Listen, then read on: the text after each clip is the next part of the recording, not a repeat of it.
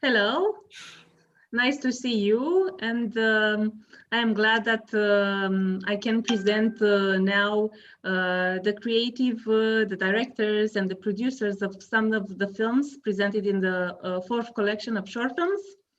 And next to me is also Ioana Criona, my dear colleague from Greece, the delegate and curator from Greece, and of course, our festival friend Cristi Morculescu, the Romanian film critic who will moderate the discussion.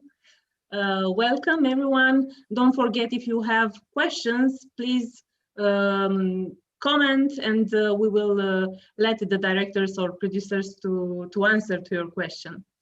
Okay, so first of all, I would like to ask my colleague Adriana to share with us a video that we received from Vytautas Katkus, the director of Community Gardens, who is not now with us, being shootings, which is also very good that he has kind of shootings film. So now we will see a short video, and then we will have the pleasure to talk with the producer of the film, Victoria, who is here. Thank you.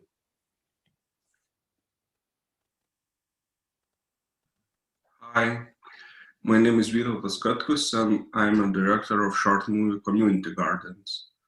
I'm very happy to be selected to this first Film O'Clock International Film Festival, and hope to see you in next editions in real life. And yeah, so greetings from Vilnius, and bye.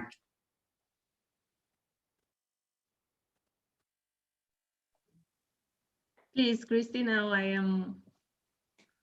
I finished my this was a very short and brief start. Yeah, it's very important for us to remember that life and all the filmmaking things go on. It's nice to have with us Victoria. Hello. Who produced this film, and what I'm going to ask you, and this is actually the framework for all of the filmmakers invited here. I would like to tell us the story of the film, and as you well know, people are curious about how one idea came to life and what were the difficulties you encountered while shooting, and all the things, including small anecdotes from the shooting itself, you want to share with us, and I'll be here supporting or asking questions. So hello. Hello. So as you already told, I'm Victoria, film producer of Community Gardens. I'm from Lithuania. Unfortunately, Vytautas can't be with us because at this moment he has a shooting of a short film. He's a DOP, not a director at this time. And Community Gardens we shot in 2018 already, and it was premiered in 2019 during Semendele Critique. And well, Vytautas, actually he's a director of photography, and he graduated from Lithuanian Academy of Music and Theatre as a cinematographer, but not as a director.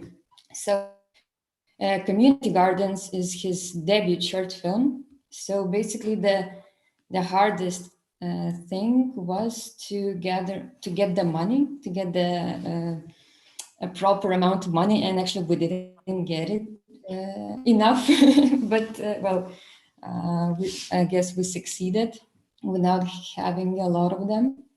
And well, I don't know if everybody watched the film, but yeah, there were also two complicated factors in the film: the fire scene, of course, and the film, I mean, the 16 millimeters film, we needed to get money also for this, you know, to burn the house and to shoot on 16 millimeters. But well, everything went well at the end, and we're quite happy with the results because the film traveled over 80 festivals during this time. And yeah. You said you had some difficulties in gathering the budget for the film. May I ask if you changed anything in the script for the new and smaller budget you had? How did you manage to keep in balance the original script and the actual budget? Mm-hmm. Well, we did some changes, but really, really small ones. And really, I know that Vytautas worked on this script for a few years, and he just had it in. And one day he came to me and said, "Okay, look, I have the script, I have the story. Let's do it if you like it." It was really funny for me when I read the script at that moment. Well, in Lithuania, if you do the first short film, you can get the maximum 15,000 euros from Lithuanian Film Center. So you can imagine this is the amount of money that we got, and everything that was on top, I covered from other sources, let's say. Well, yeah. But coming back to your question, we didn't really do many changes in the script. We really tried to stay with the idea, with the primary script. It's a very interesting thing because I had no idea the director is actually a DOP, but it shows it's a very, very carefully framed film, and it's in all the, let's say, mundane life in a village, which is generally not considered very cinematographic. He actually framed things that that move and that give a viewer a very, very good idea about the relationship in between characters and the perspective of the director. And well, congrats for actually doing it on 16, because it's becoming a very rare thing nowadays to have short films shot on film.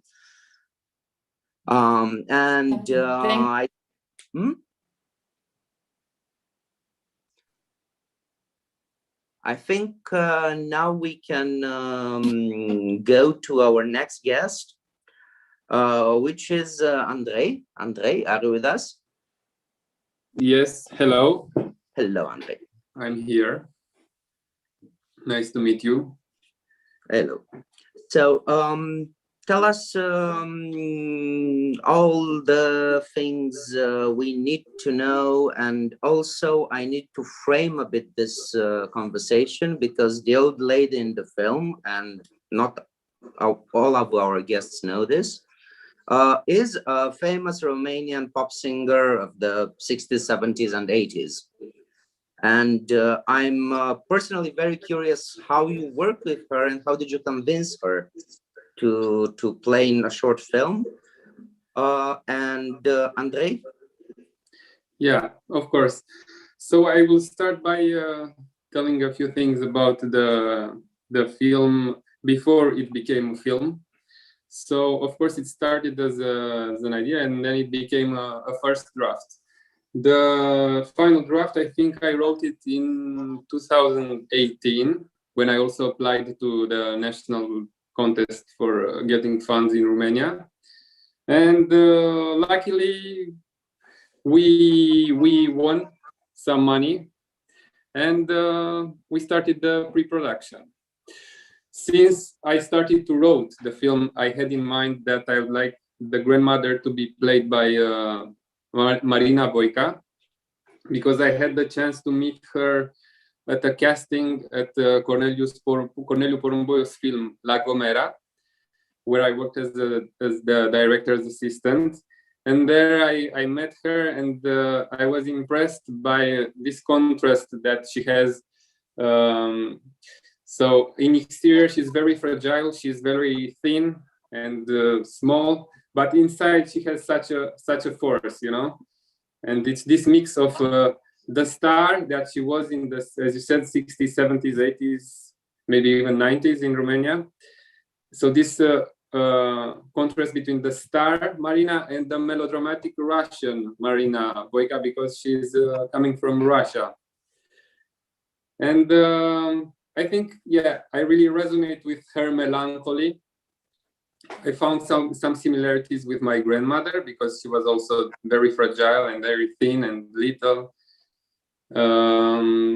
So this is how things went. And first time I went to her place close to the mountains where she lives, and I presented the script, my idea, and she really liked the script. I gave her some days to read it, and she called and she said that she really likes it, but she cannot think she can do it because she's not in this way, and somehow she doesn't want to play a grandmother who is so old and who suffers from Alzheimer, and it's not like a star, you know, like she's used to. So I had to deal a lot with her persona, you know, to help her get out from this mask that she's wearing for such a long time, and work with the essence that she has in her since she was born in Russia, you know.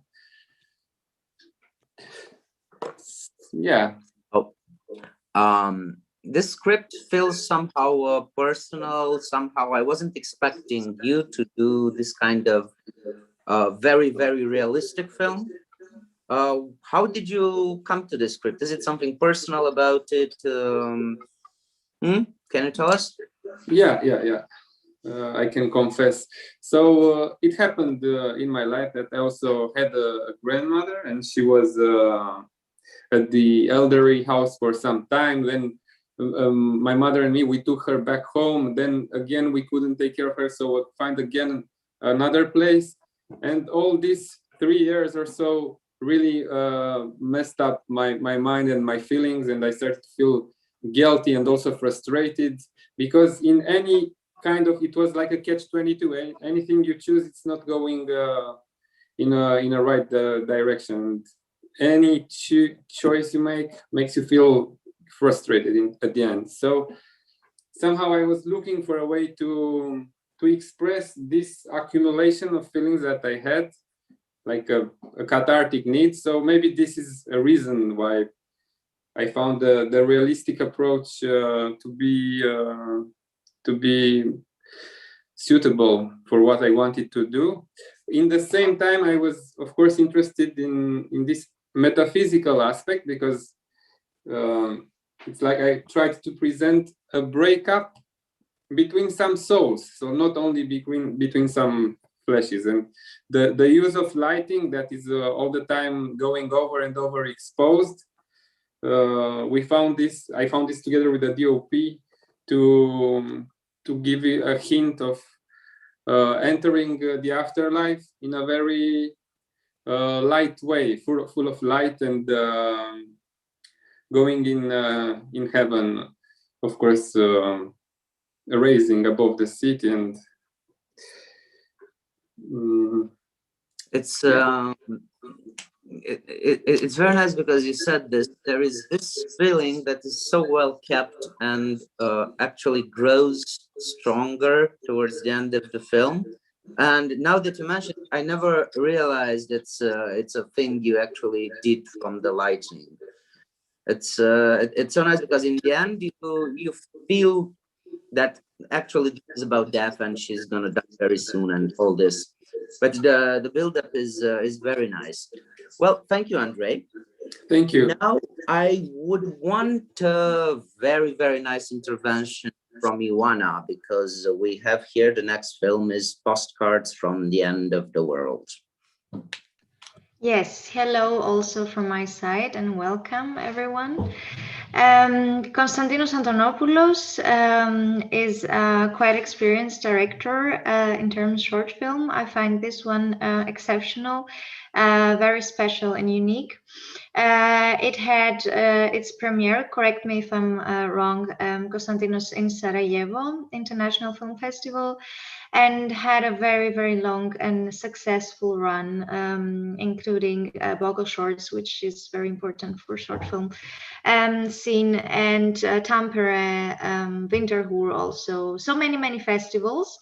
And we've seen it also during the first lockdown. There was an initiative, a website screening pickups best short films from around the world, which was called Talking Shorts. And the initiative was by actually by Enrico Venucci, who's the head of programming for shorts in Venice. So the film was also screened there, and I think it has a certain relevance to the situation we are going through, although it was shot and created before that.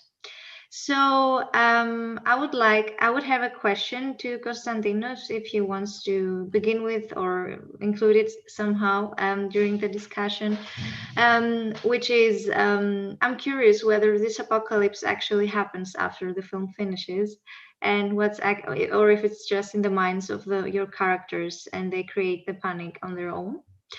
Yeah, and I'm very happy that we were able to screen it at the first edition of our festival. And at this point, I'll pass the mic to Konstantinos and Christy, of course. Well, Konstantinos should have the mic. Hey, hello everyone. Thanks, Joanna. I really don't know what happens next. I'm the last person to ask, but I think it's nice to think about the possibilities of what happens right after the movie. And I think that's the idea to ask this, for the audience to ask this question. Sorry for not offering an answer. Don't be sorry for that, because mystery is one of the things that makes films, short or long, memorable. So you got it right, actually. But this is a question that many people would want to ask you.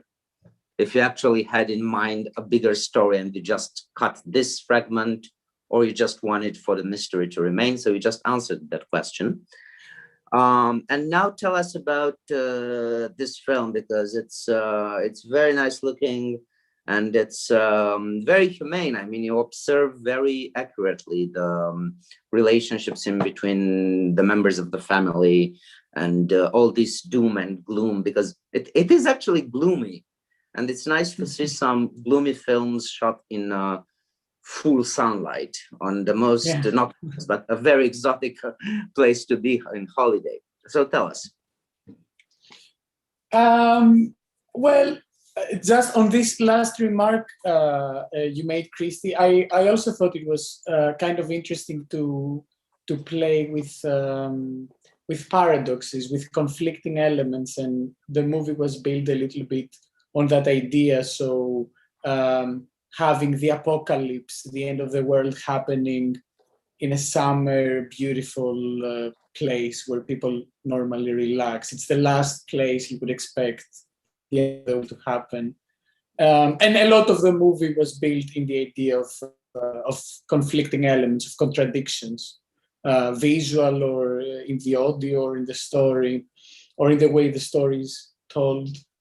As far as the human element is concerned,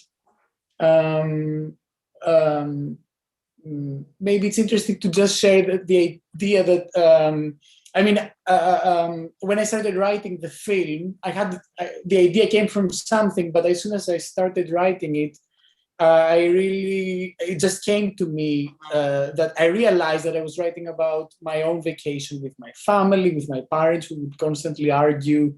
We would go on vacation and they would constantly argue with each other about the most boring, mundane things.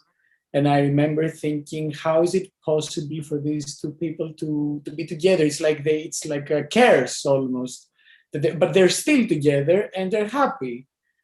So I was asking myself, how do relationships work after time passes and this initial passion goes away and you are facing the problems of relationships when you have kids? how do relationships work then? And that kind of drove some of the ideas in the story. What is your answer for this question? Are they just running on empty because they kept going and they will keep going? Are the standards lower? Are the parents doing this thing that honestly I think is the most horrible choice, to be together just for the kids, where everybody's actually unhappy, but at least the family is still together? Why would you say your characters are still together? I think it's just hard for these specific characters, for these two characters, Dimitri and Dimitris, who share the same name. I think the reason they're together is because the choice of breaking apart, of separating, just seems more difficult than dealing with what we're dealing now. And maybe they're wrong about this, but they don't have the courage, maybe, to face the alternative. But something that I was hoping to get to into the movie, is the idea of sometimes, when you're desperate, you feel that maybe you have the option of changing your life, and you float in this idea. And this is what happens in the characters. They kind of dream of this alternative possibility, which probably remains a dream in the end of the movie. Okay. Now, as we're here, I'm curious about the future plans you have, and I will go back to our other guests to ask them about their future plans. But let's start with you because we're both here. Are you shooting film now? Are you thinking to, I don't know, have a feature debut? Yes, so I'm preparing a few projects, but the most immediate ones it's a short film and a feature film, and they both share the same, let's say, world, which is a bit of a weird choice. They both take place in the medieval times, during the Byzantine times, okay, Byzantine Empire. Yeah, but they're the opposite of what you would expect from a period film. They are very super minimalist, existential comedies, dealing with our own present in a way, with things that affect us immediately. So that's what I'm working on now.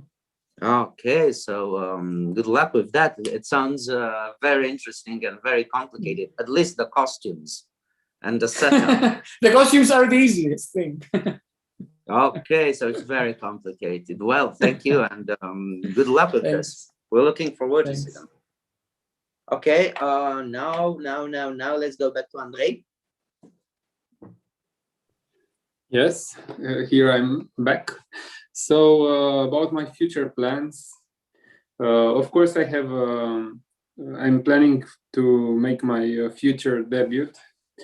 I'm fortunate to have an already written script for a feature film that I also like. I think this is where I'm lucky, that I also like the script a lot.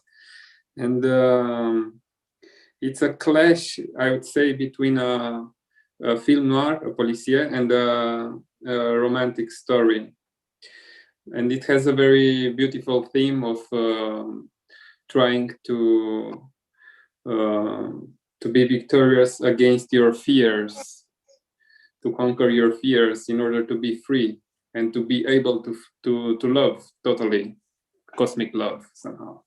So and it's, of course, I'm interested now to explore the possibilities of trying a genre film, to have this structure of a policier with the tone of a noir, and to bring this surprise of turning it into a romantic story at the end, And I think somehow the structure of a policier and the tone of noir could serve you very good as a metaphor of this idea of fighting against your fears, trying to overcome them.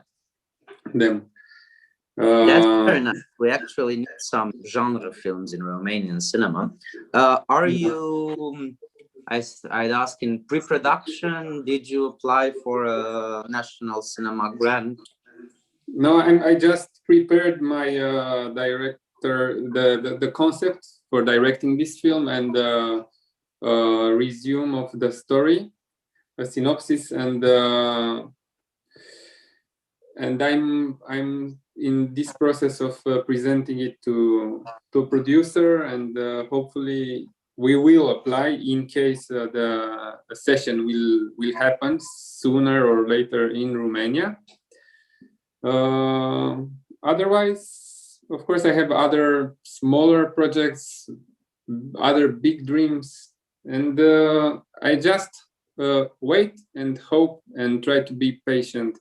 And of course, to survive the day by day routines and everything, trying not to get lost in the illusions that life can bring in these times. Spring is also here. I'm happy spring to everybody. Okay, thank you, Andrei. Victoria?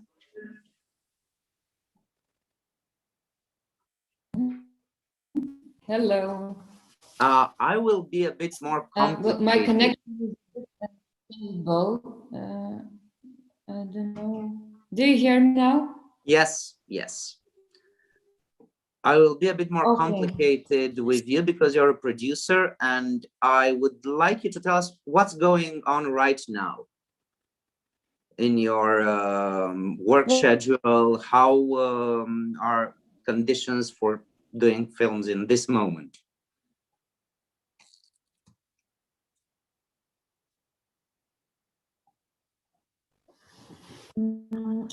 Well, working on and developing new projects.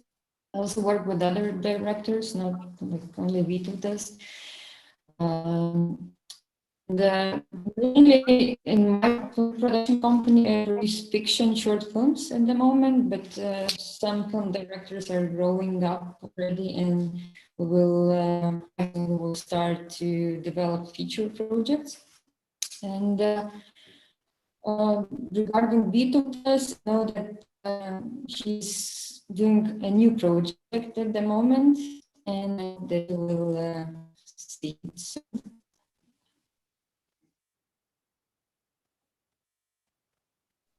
Yeah, I don't know what else.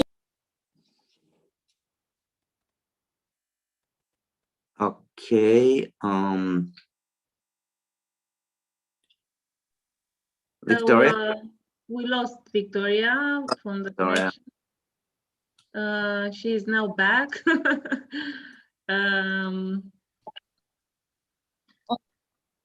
Maybe can we try, Victoria, to turn off the video? Maybe it will. We will hear you at least. Okay. Do you hear me now? Yes. Oh, yes. Okay, because yeah, it's really unstable, my internet today. I don't know why. Don't feel bad about it. It happens randomly to all of us in this Zoom meeting. So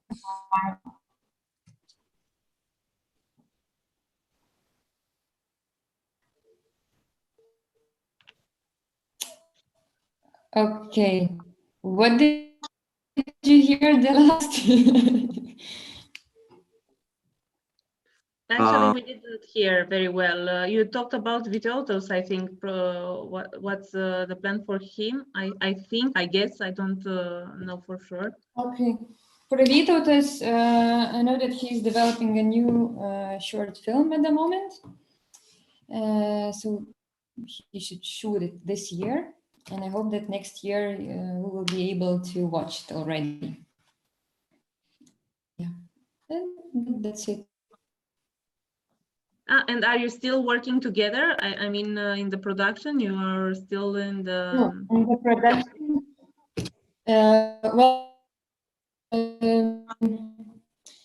under Community Gardens, he did a short film Places, and actually supposed to work together, and we really wanted to work together, but I had some personal issues, so I just didn't want to, to do a project to Vito that I can't actually make. So we agreed that he will do it with another production company, and he started just to explore, and that's it. Okay, thank you so much, Victoria. I think you did a great job together. So I hope to see again another film made by you two.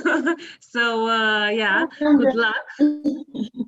Yeah. Thank you for coming here also. And yeah, unfortunately, we don't have anyone from Mtanzi, the South African short film. They are also in discussions with some other producers in order to do the next film of Tebogo. So at least we have good news in terms that people have shootings. So it's a hope that the cinema will try to survive after this pandemic. So yeah, if you missed these amazing shorts, don't forget, there is a rerun tomorrow at 4 o'clock. Don't forget that we are working as in cinemas, so at precise time, we stay together to see the same films, to enjoy the films from the Film O'Clock International Festival. And yeah, tonight we have at 8:30 an Egyptian, a classic Egyptian film. And we will have also a discussion after the film. So please follow us on our Facebook page, on our YouTube channel, and on Festival Scope. If you are in Bucharest, you know that we succeeded to organize a symbolic screening at the Peasant Museum Cinema. So if you are here, because I am here in Bucharest, go to the cinema and yeah, support the festival, because we are here for you. And at 11 p.m., as always, as we already use, we have the national cocktails now with focus on Egypt. And we prepare several surprises, so it will be very nice to have you there. Thank you so much, and till soon. Bye-bye. Thank you. Bye. Thank Bye-bye. Thank you.